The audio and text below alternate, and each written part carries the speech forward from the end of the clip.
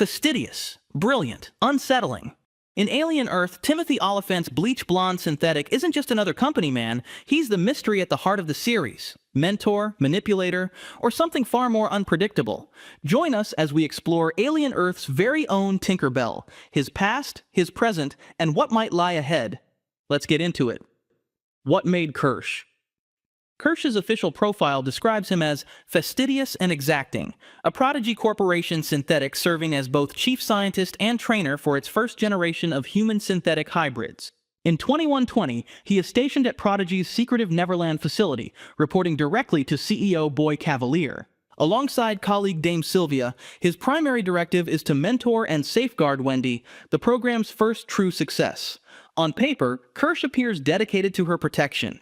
He even accompanies her and the other hybrids, nicknamed the Lost Boys, on their first field mission to investigate the wreck of the Weyland-Yutani vessel USCSS Maginot. Yet KIRSH is no nurturing guardian. From the beginning, he has been skeptical of Cavalier's experiment. After the dying young girl Marcy became Wendy, Cavalier insisted she experience a semblance of a normal childhood, including teenage socialization, and even monitored contact with her human brother. To KIRSH, this was a dangerous indulgence.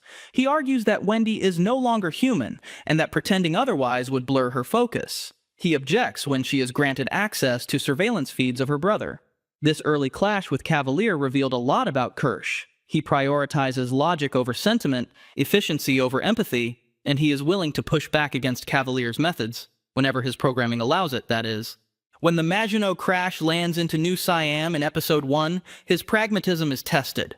Wendy begs to join the rescue mission, her plea driven less by duty than by concern for her brother. Cavalier allows it, keen to see how his children perform under real stress, and orders KIRSH to supervise. KIRSH warns that Wendy's emotional attachments could compromise the mission. Still, he boards the dropship with the hybrids, already wary of what lies ahead. During the flight, KIRSH delivers a bleak lecture that doubles as a window into his worldview. Humanity, he explains, once lived as prey, food for nature's predators, until it built machines to rise above and dominate. For him, survival is about control, about climbing to the top of the food chain, and death is the unavoidable fate of anyone who fails.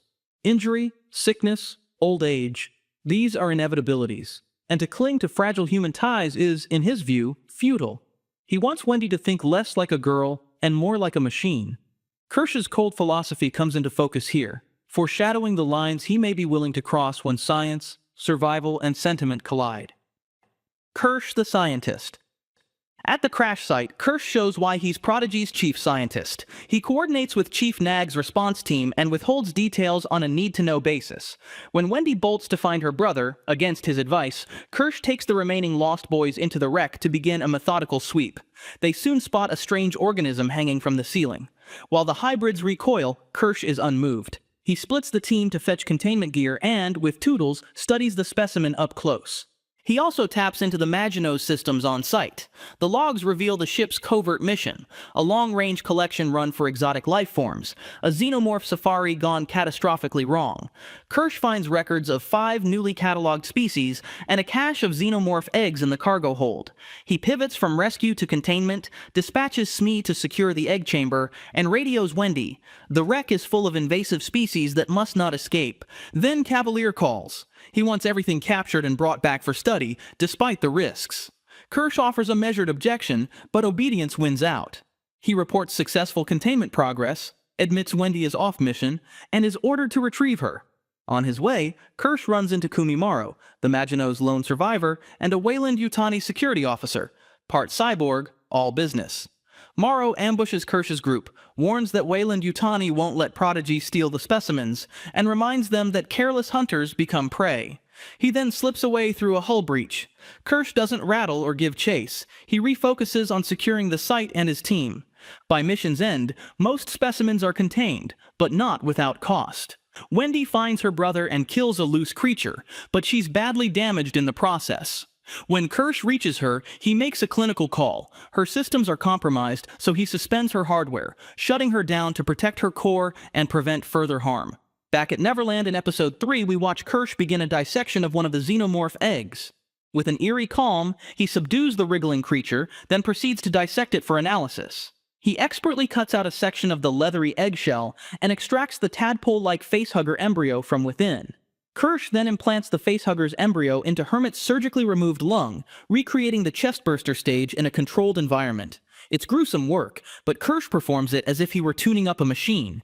These scenes hammer home KIRSH's true nature, a scientist who sees both aliens and people as subjects to be examined. Emotions don't exist. If there was any doubt, by this point it's clear KIRSH is not your standard friendly android like Bishop from Aliens. He's something far more opaque. KIRSH the villain.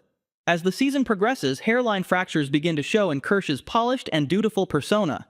Though intended to serve Cavalier and safeguard the hybrids, his independent streak grows more obvious with each episode. By episode 6, it's revealed that KIRSH has been quietly running a second secret experiment alongside Cavalier's directive to study the alien specimens. This side project uses the Neverland facility and its human and hybrid inhabitants as his personal laboratory. The mentor figure who once appeared obedient is now bending, even breaking the rules. The cost of this hidden agenda becomes brutally clear with the death of lost boy Tootles.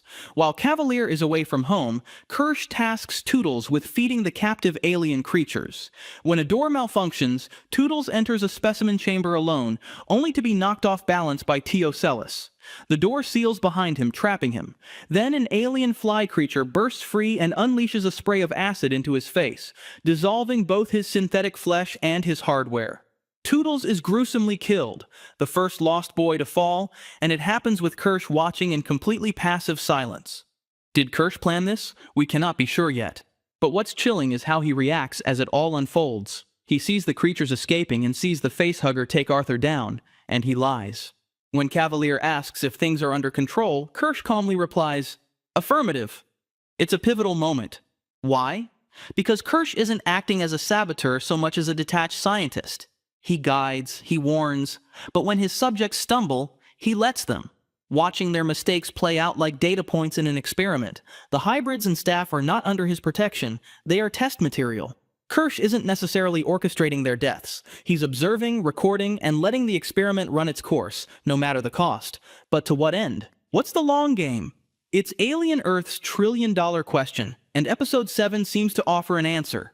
When KIRSH catches Slightly and Smee smuggling Arthur out of the facility, he doesn't try to stop them. In fact, he actively helps them by giving them directions. This seemingly proves that Prodigy has a rogue synth undermining their operations, and maybe even actively working for Weyland-Yutani.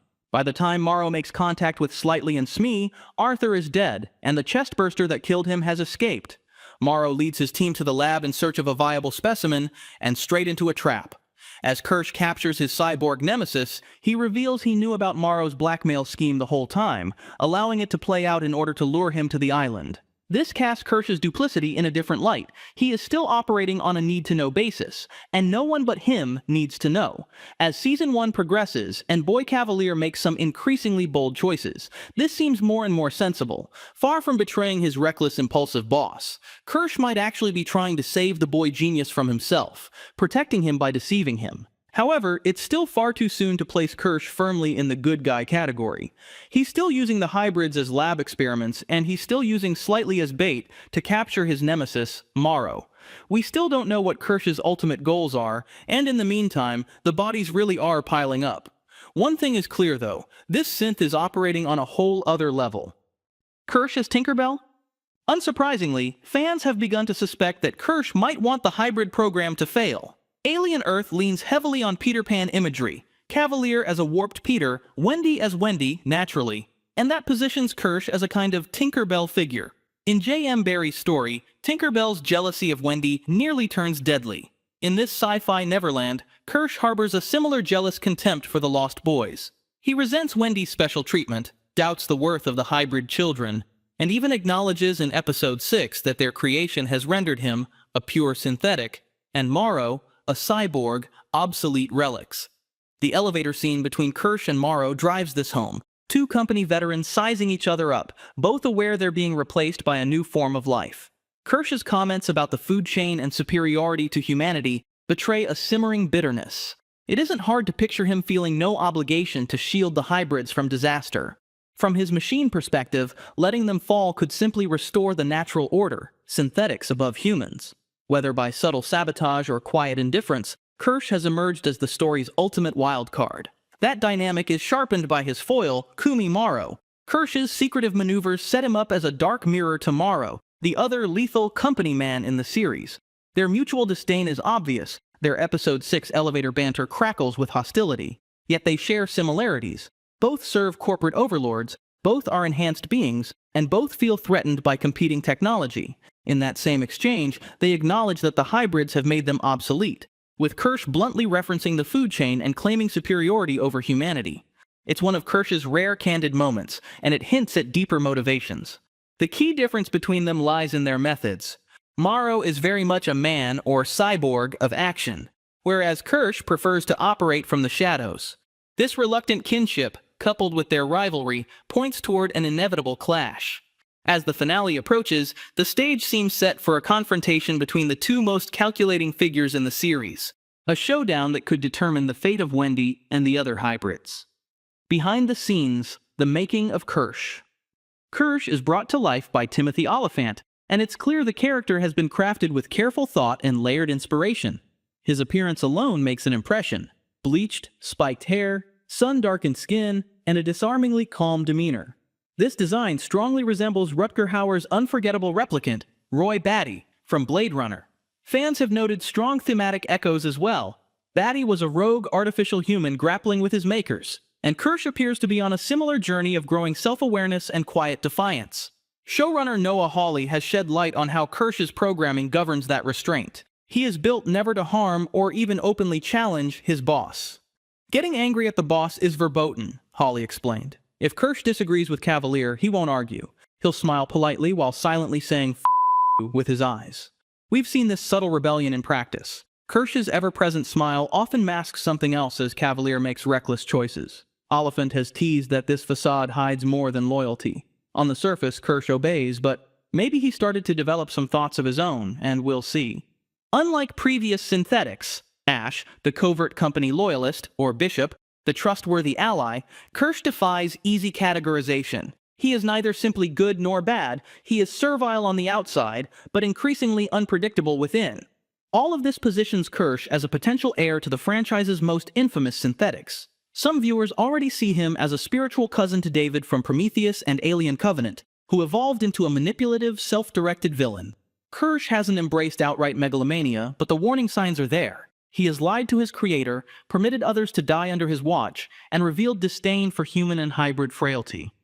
Conclusion: friend or foe? This is the big question. Whose side is KIRSH really on? Is he ultimately going to side with his boss Cavalier's agenda, or does he have his own secret goal? Could he even be swayed by Weyland-Yutani's interference, or is he playing both ends against the middle? At this point, KIRSH's allegiance seems to lie only with science and logic, and perhaps with himself. Will he end up protecting the Lost Boys from the xenomorph chaos, or will he sacrifice them in the name of progress, or spite? Is KIRSH a loyal guardian angel, a sinister saboteur, or simply a cold machine following a twisted interpretation of its programming? Is he Wendy's Tinkerbell, or her Judas? We'll soon find out. In the meantime, let us know what you think KIRSH is really up to. Are you a fan? Drop your theories in the comments. I'll pin the best one.